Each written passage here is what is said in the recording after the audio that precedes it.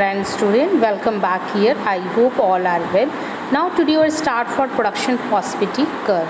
Now let's start discuss की production possibility curve में हम लोग meaning and definition, second assumption, third features. I am already discussed the previous class की central problem, what to produce and how to produce, for whom to produce. Now see the production possibility curve is a curve which depicts all the possible combination of goods which can be produced with given resources and technology in an economy. It means कि production possibility curve is a curve which depicts all the possible combination, जितने भी goods के possible combination बन सकें और उसको वो produce कर सके एक given resource और technology में. That is the production possibility curve. It means कि we face problem of choice. सबसे बड़ी problem होती है स्टूडेंट, हम लोगों ने देखा भी ये था कि what to produce में कि problem of choice. It means कि प्रॉब्लम ऑफ चॉइस में इट मीन्स कि प्रोडक्ट कौन सा प्रोडक्ट वो बनाए, choice of product and how much resource should be allocated to satisfy one type of want. कौन सी टाइप की वांट्स है, क्या है, ये सारी चीज़ों को हम लोग एलोकेट करते हैं. If we want to satisfy another need also, कि हम अगर हम सेटिस्फाई हैं तो उस नीड के लिए बेटर है, और we want to produce another goods. हो सकता है कि हमारी नेक्स्ट नीड है या नेक्स्ट गुड्स है तो हम उसको प्रोड्यूस करने के लिए हम अनदर गुड्स की ज़रूरत पे शिफ्ट करेंगे. तो यहाँ पर आप देख रहे हो कि we will have to shift resources from one need to another need. कि यहाँ पर प्रॉब्लम ऑफ चॉइस है, फिर वही आ गई कि we will have to shift the resource from one need to another need. अगर हमें कोई रिसोर्स चाहिए तो हम शिफ्ट करेंगे. इट मीन्स कि एक फार्मर है और एक पीस ऑफ लैंड पे वो वर्क कर रहा है और अब उसे नीडेड है कि हमें घर भी चाहिए. तो हो सकता है कि जो पीस ऑफ लैंड वो पूरी यूज़ करेगा कि हाफ यूज़ करेगा. तो यहाँ पर तो उसकी नीड और उसके जो भी उसकी सेटिस्फाई जो भी नीड होगी तो उस अकॉर्डिंग वो अपनी गुड्स को प्रोड्यूस करेगा. तो ये सारी चीज़ें हमने जो शिफ्ट किया, इस कॉम्बिनेशन को ही हम प्रोडक्शन पॉसिबिलिटी कर्व कहते हैं. कि जब हमें ज़रूरत पड़ी, हम अपने कोई भी वांट्स को पूरा करने के लिए हम सेटिस्फाई हैं तो ठीक है, अगर नहीं है तो हम अनदर नीड है कि हमें ये करना है, हमें जैसे उसे घर बनाना था तो उसकी ज़रूरत थी.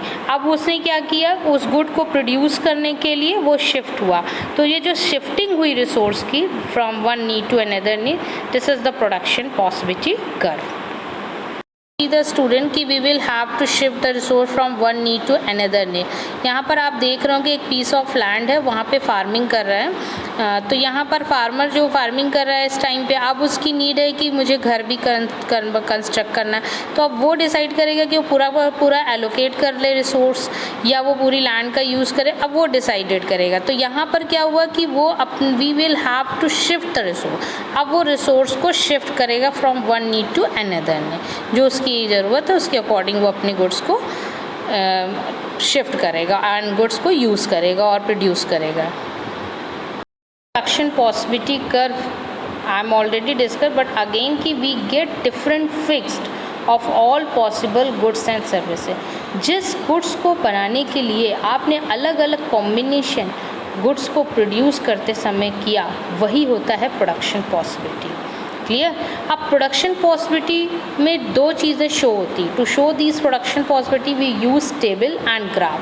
टेबल को हम शेड्यूल में यूज़ देखते हैं अक्सर, और देखा भी आपने होगा कि शेड्यूल फॉर्म में रहता है, और ग्राफ में आप कर्व देखते हैं.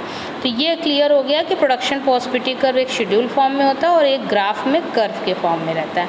और यहाँ पे मैं एक बार फिर से रिपीट करूँगी डेफिनेशन कि production possibility curve is a curve which depicts all the possible combination of goods which can be produced with given resources and technology in an economy producing goods at its full potentially.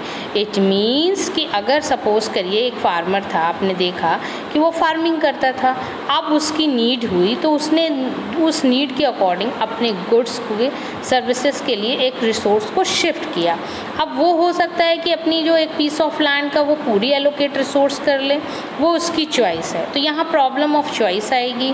हाँ, product बनाने के लिए construction करना है, क्या करना वो decide करेगा. सेकंड ये होगा कि वो कौन सी टेक्निक यूज़ करे, और थर्ड ये होगा कि जो भी टेक्निक यूज़ करे वो प्रॉपर कंज्यूमर के लिए वो गुड्स बना रहा है, कि वो कैपिटल गुड्स के लिए है या फिर वो मिलिट्री गुड्स के प्रोड्यूस कर रहा है, वो गुड्स कौन सा प्रोड्यूस कर रहा है वो फर्स्ट ऑफ ऑल। तो यहाँ पर अगर हम एक फार्मर की बात करें तो यहाँ पे कैपिटल गुड्स की यूज़ कर रहा है। तो ये सारे जो कॉम्बिनेशन उसने वन बाय वन बनाया, तो this is called the production possibility curve. Student assumption of PPC.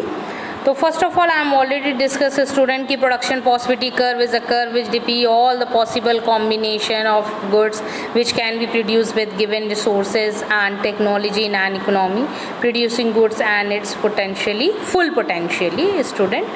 तो यहाँ पर आपने देखा कि जो अलग अलग कॉम्बिनेशन से अपनी शिफ्टिंग करना रिसोर्सेज के अपने नीड अकॉर्डिंग अपने गुड्स को प्रोड्यूस करना, that is the production possibility curve. तो एजम्पशन क्या है? All resources are fully utilise, resource full employed. तो मान्यता है कि जो रिसोर्स हम यूज़ करेंगे उसको फुल यूटिलाइज करेंगे और फुल एम्प्लॉयड करेंगे। नेक्स्ट, रिसोर्स आर यूज्ड इफ़िशिएंटली होना चाहिए। रिसोर्स एक अच्छा हो जिसको हम इफ़िशिएंटली यूज़ कर रहे हैं, करेक्ट। नेक्स्ट है टेक्नोलॉजी रिमेन कांस्टेंट। हम टेक्नोलॉजी को यहाँ पे बदलते ना रहें, टेक्नोलॉजी एक फिक्स होनी चाहिए। जिस टाइम पे हम प्रोडक्शन कर रहे हैं उस टाइम पे टेक्नोलॉजी चेंज नहीं होगी in given up time of period. एक समय पे जो भी आप प्रोडक्शन कर रहे हो उसमें टेक्नोलॉजी चेंज नहीं होगी। और प्रोडक्शन ऑफ टू कमोडिटी, हमेशा कोई भी गुड्स बनाने के लिए हम प्रोडक्शन में दो कमोडिटीज़ का रखेंगे। तो ये एजम्पशन है। तो इन एजम्पशंस के ही अकॉर्डिंग हम अपनी गुड्स को अलग अलग कॉम्बिनेशन में लाएंगे। तो जो भी प्रोडक्शन पॉसिबिलिटी कर बनेगा उसमें कॉम्बिनेशन जो भी गुड्स एंड सर्विसेज का होगा वो इन्हीं बेस पे डिपेंड होगा। बेस क्या है? एजम्पशन है। यही एजम्पशन ऑफ पीपीसी हमारा कहलाता है, जिसमें हमने आज पढ़ा कि सारे रिसोर्स होंगे उसका फुल यूटिलाइज होगा, फुल एम्प्लॉय।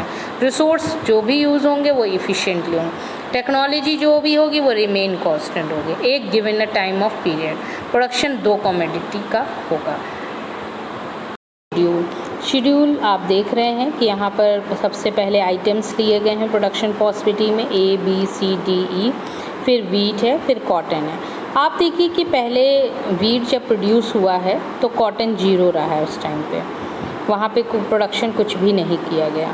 लेकिन जब प्रोडक्शन सेकेंड कॉम्बिनेशन में हमने देखा कि वीट घट गया है और कॉटन इंक्रीज़ करा, फिर क्या हुआ कि वहाँ 2 यूनिट घटी, मतलब लेस हुई एज़ कंपेयर फॉर वीट, फिर कॉटन इंक्रीज़ किया।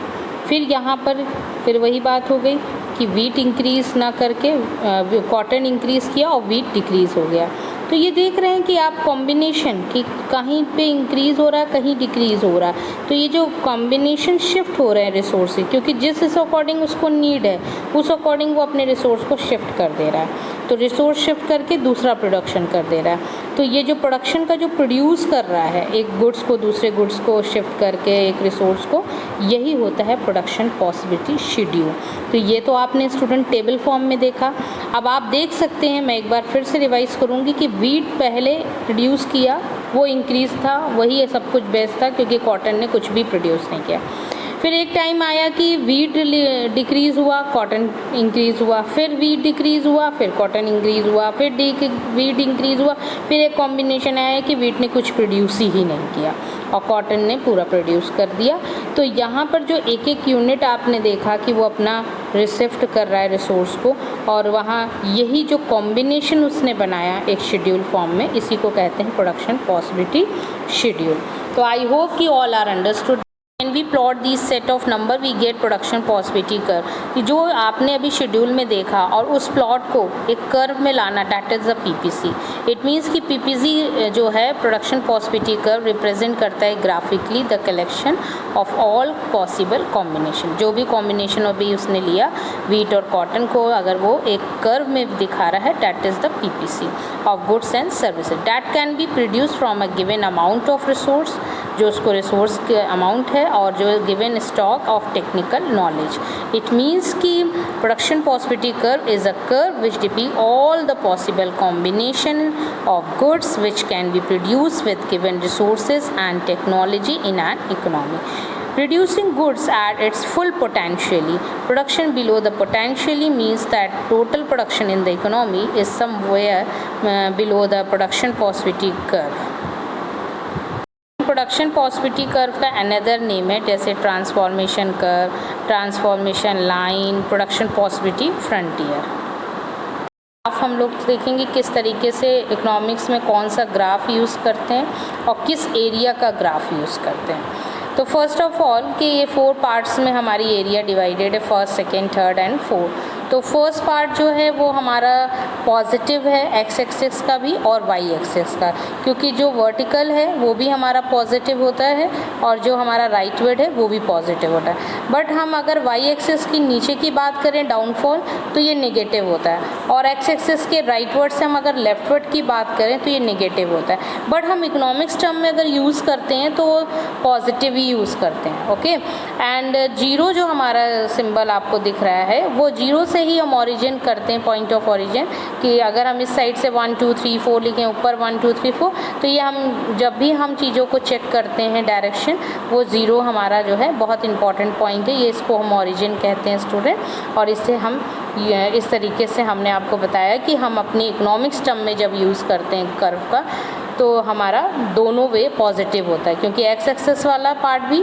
और वाई एक्सेस पार्ट वाला एरिया दोनों ही पॉजिटिव है, प्लस में है। और सेकेंड थिंग कि हम फर्स्ट एरिया का ही यूज़ करते हैं इकोनॉमिक्स में। Now next see the video. First of all कि wheat and cotton, तो wheat is the decreasing and sacrifice, but cotton is increase, because 10 minus 9 is 1 increase for cotton side because A to B shifting. Okay, and then after 10 minus 7 then move the 2 differences. Okay, तो यहाँ पर देखिए 2 का sacrifice किया। तो इस तरीके से जो सेक्रीफिकेशन आप देख रहे हैं वीट साइड में, बट कॉटन में आप देखिए इंक्रीज़ हो रहा है, 1 फिर +1 फिर +1 दैट मीन्स द यहाँ पर क्या हो रहा है, गेन हो रहा है। तो ये मूविंग फ्रॉम आपने देखा कि as we move from A to E we give up some units of wheat for some units of cotton, but 1 is sacrifice and 1 is gain.